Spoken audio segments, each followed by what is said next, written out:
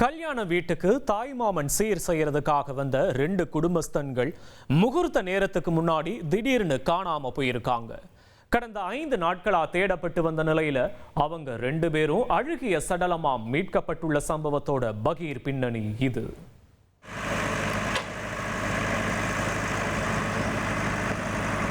விருதுநகர் மாவட்டம் அப்பை நாயக்கன்பட்டி அருகே உள்ள அர்ஜுனா ஆற்று பகுதியில் அன்று பதற்றம் அனலாக தெரித்துக் கொண்டிருந்தது.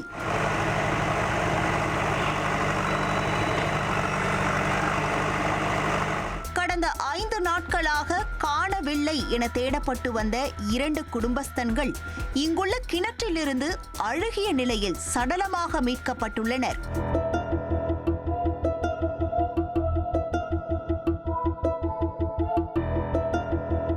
இறந்தவர்களின் உடலை அடையாளம் காட்டுவதற்காக காவல்துறையினர் தரப்பிலிருந்து உறவினர்களுக்கும் தகவல் தெரிவிக்கப்பட்டிருக்கிறது.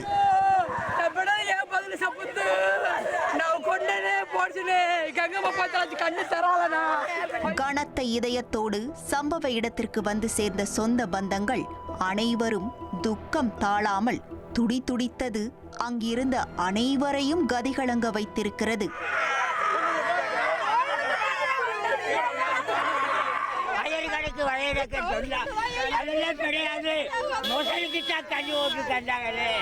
விசேஷ வீட்டிற்கு வந்தவர்கள் இப்படி சடலமாக கிடப்பதற்கு என்ன காரணம் என்பதை அறிய விசாரணையில் இறங்கினோம்.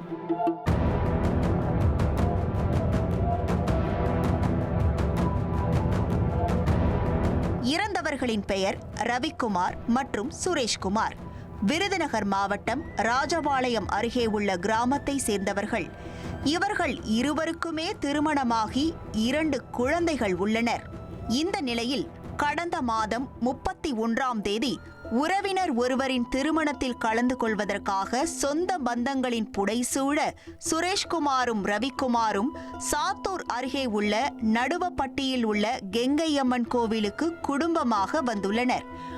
மறுநாள் பொழுது விடிந்தபோது உறவினர்கள் இருவரும் காலை கடனை கழிப்பதற்காக அர்ஜுனா ஆற்று பகுதிக்கு ஒன்றாக சென்றுள்ளனர். ஆனால் வெகு நேரமாகியும் அவர்கள் திருமண நிகழ்விற்கு திருப்பி வரவில்லை.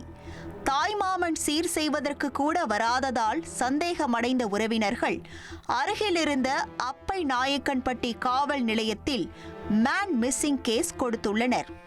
இந்த சம்பவம் தொடர்பாக வழக்கு பதிவு செய்த போலீசார் கடந்த 6 நாட்களாக காணாமல் போன இருவர் குறித்து தீவிர விசாரணை மேற்கொண்டிருக்கிறார்கள்.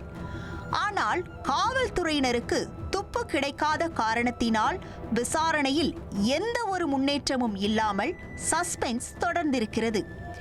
இந்த சூழலில்தான் புதன்கிழமை அதிகாலை அதே பகுதியில் உள்ள உறை கிணற்றிலிருந்து திடீரென அதிகப்படியான துர்நாற்றம் வீசுவதாக காவல்துறையினருக்கு தகவல் சென்றிருக்கிறது. உடனடியாக சம்பவ இடத்திற்கு விரைந்து வந்த போலீசாருக்கு அந்த உறை கிணற்றிற்குள் மனித உடல்கள் இருப்பதற்கான வாய்ப்பிருப்பதாகவே தோன்றியுள்ளது.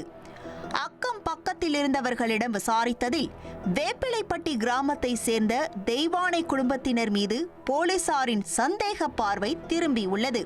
ஒருபுறம் விசாரணை வேகம் எடுத்திருந்த போது மற்றொரு புறம் அரசு அதிகாரிகள் மற்றும் மருத்துவ குழுவினர் சம்பவ இடத்திற்கு வந்து சேர்ந்துள்ளனர். துர்நாற்றம் வீசிய உறை கிணற்றின் அருகே ஜேசிபி இயந்திரம் மூலம் தோண்டிய போது அதற்குள் இருந்து சுரேஷ்குமார் மற்றும் ரவிக்குமார் ஆகிய இருவரின் உடல்களும் அழுகிய நிலையில் மீட்கப்பட்டிருக்கிறது. நடந்தது கொலையா என்ற கோணத்தில் விசாரணை வேகம் எடுத்திருக்கிறது. அதில் வேப்பிலைப்பட்டி கிராமத்தை சேர்ந்த சிங்கம் அவருடைய மனைவி தெய்வானைக்கு சொந்தமான விவசாய நிலத்தில் மக்காச்சோளம் பயிரிட்டுள்ளதும் காட்டு விலங்குகளிடமிருந்து பயிர்களை காப்பாற்ற அந்த தோட்டத்தை சுற்றிலும் சட்டவிரோதமாக மின்வேலி அமைத்திருப்பதும் தெரிய வந்திருக்கிறது. சம்பவம் நடந்த அன்று காலை கடனை கழிப்பதற்காக மக்காச்சோள தோட்டம் வழியாக சென்ற ரவிக்குமாரும் சுரேஷ்குமாரும் அந்த மின்வேலியில் கால் வைத்தபோது அவர்கள் மின்சாரம் தாக்கி உயிரிழந்திருப்பதும் விசாரணையில் தெரிய வந்துள்ளது. இதன் தொடர்ச்சியாக மின்சாரம் தாக்கி உயிரற்ற சடலங்களாக கிடந்த இருவரின் உடல்களையும் பார்த்த சிங்கத்தின் மருமகன்களான மணிகண்டன் மற்றும் சுதாகர் ஆகிய இருவரும் பதற்றத்தில் அந்த உடல்களை உறை கிணற்றிற்குள் வீசிவிட்டு ஒன்றும் தெரியாதது போல 6 நாட்களாக நடித்து நாடகமாடி இருப்பதாக சொல்லப்படுகிறது.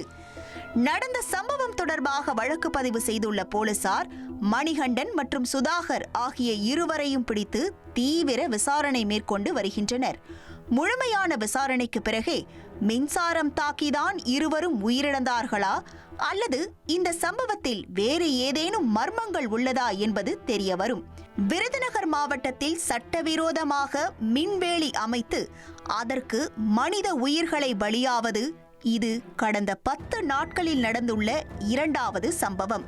குள்ளூர் சந்தை பகுதியை சேர்ந்த கூலி தொழிலாளி சுரேஷ் கடந்த மாதம் முயல் வேட்டைக்கு சென்றபோது சட்டவிரோதமாக அமைக்கப்பட்டிருந்த மின்வேலியிலிருந்து பாய்ந்த மின்சாரம் தாக்கி பரிதாபமாக உயிரிழந்திருக்கிறார். இந்த சம்பவத்திலும் அந்த நிலத்தின் உரிமையாளரான நரசிம்ம ராஜ் என்பவர் ஆரம்பத்தில் சுரேஷின் உடலை கிணற்றில் வீசிவிட்டு ஒன்றும் தெரியாதது போல நாடகமாடி இருந்தார். ஆனால் இந்த வழக்கில் காவல்துறையினர் உண்மையை கண்டறிந்ததும் பதற்றமடைந்த நரசிம்மன் விசாரணைக்கு பயந்து அவருடைய வீட்டிலேயே தூக்கிட்டு தற்கொலை செய்து கொண்டது பெரும் அதிர்ச்சியை ஏற்படுத்தியிருந்தது.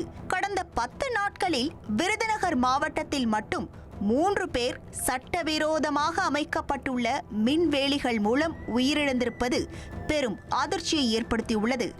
அதிகாரிகள் உரிய ஆய்வு மேற்கொண்டு இதுபோன்ற மின்வேலிகள் அமைப்பவர்கள் மீது கடும் நடவடிக்கை எடுக்க வேண்டும் என பொதுமக்களும் பாதிக்கப்பட்ட குடும்பத்தினரும் வலியுறுத்தியுள்ளனர். கரண்ட் சாக்கு வச்சு அடிச்சு கிணத்துக்குள்ள போட்டு மட்டையை வச்சு பொசுக்கி விட்டுருக்காங்க. ஆமாம், இதுக்கு எங்களுக்கு சரியான விடை வேணும். அந்த விடையை விருதுநகர் மாவட்ட கலெக்டர் கொடுத்தாலும் சரிதான், இல்லை நம்ம சிஎம் கொடுத்தாலும் சரிதான், எங்களுக்கு விடை வேணும். அந்த குடும்பத்துக்கு நீங்கள் தான் தீர்வு சொல்லணும். இனி செல்லும் இடமெல்லாம் செய்தி. தந்தி டிவியின் வாட்ஸ்அப் சேனலை ஃபாலோ பண்ணினா செல்ல இருக்கும் இடமெல்லாம் செய்தி. இதோ QR கோட் இப்பவே ஸ்கேன் பண்ணுங்க, ஃபாலோ பண்ணுங்க.